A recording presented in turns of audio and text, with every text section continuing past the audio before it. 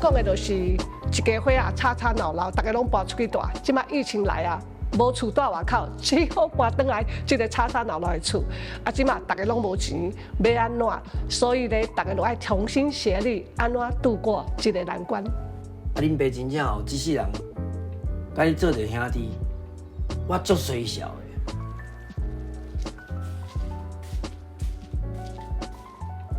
你放心啦，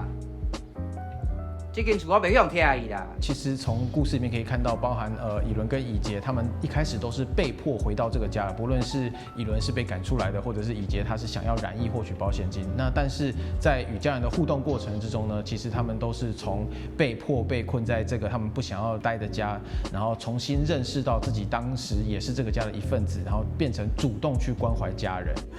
然后马上想睡觉。我的东西，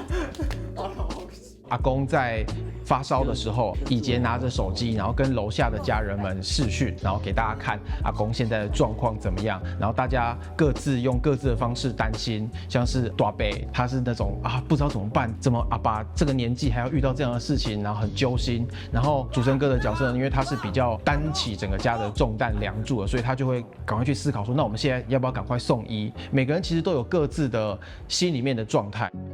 你较注意啦哈，拜托的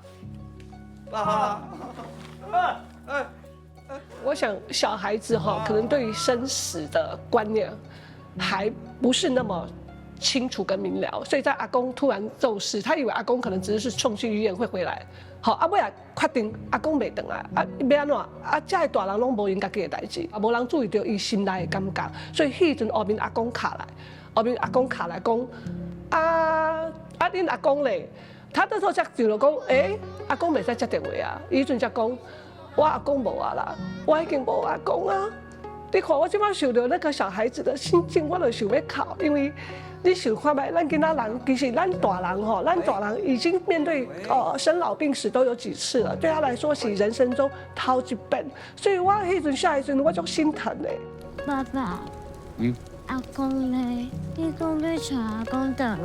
阿公嘞，一次你乖吼，你听爸讲，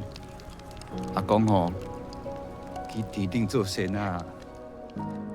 其实这个故事呢，会让我们重新去思考，我们怎么样跟家人相处，跟家人面对。那希望大家能够来透过这一部戏呢，重新找回跟家人之间的爱。我的杨过阿公，欢迎大家来看。